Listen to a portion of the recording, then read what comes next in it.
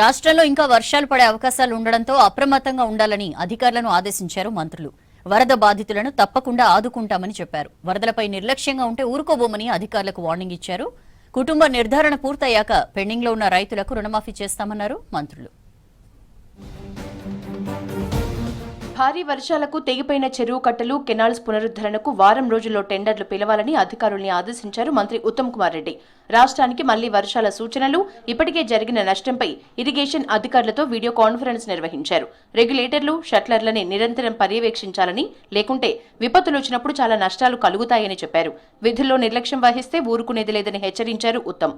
వరదల వల్ల ఎక్కడ ఏం నష్టం వచ్చింది, అంచనాలేవి అన్ని మీరు ఇప్పటివరకు పంపించి ఉండాలి. పంపించి ఉండకుండా ఉంటే immediately after this video conference in the next 1 or 2 hours it must reach the secretary.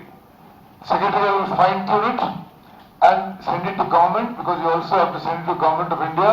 వర్షాలతో నష్టపోయిన ప్రతి రైతుకు పరిహారం అందిస్తామన్నారు మంత్రి తుమ్మల నాగేశ్వరరావు. ఖమ్మం జిల్లా ఎర్రుపాలెం, మధిర మండలాల్లో వరద ముంపుకు గురైన పంట పొలాల్ని పరిశీలించారు. వరదలకు నష్టపోయిన రైతుల వివరాలు సేకరించాలని అధికారుల్ని ఆదేశించారు. కుటుంబ నిర్ధారణ సర్వే పూర్తయిన తర్వాత రైతులకు రుణమాఫీ చేస్తామని మంత్రి తుమ్మల నాగేశ్వరరావు అన్నారు.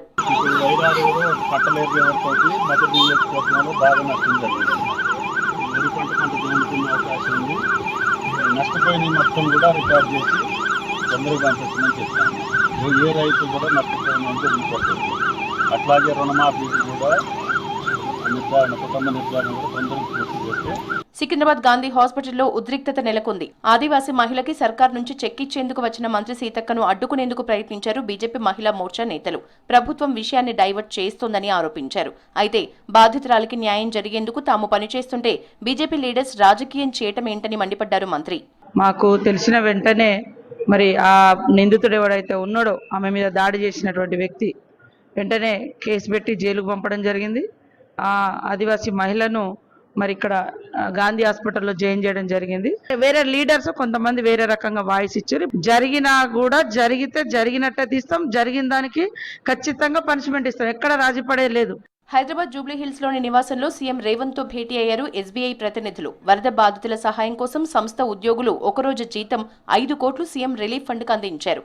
ఈ కార్యక్రమంలో deputy CM Bhatti Vikramarka, SBI CGM Rajesh Kumar పాల్గొన్నారు.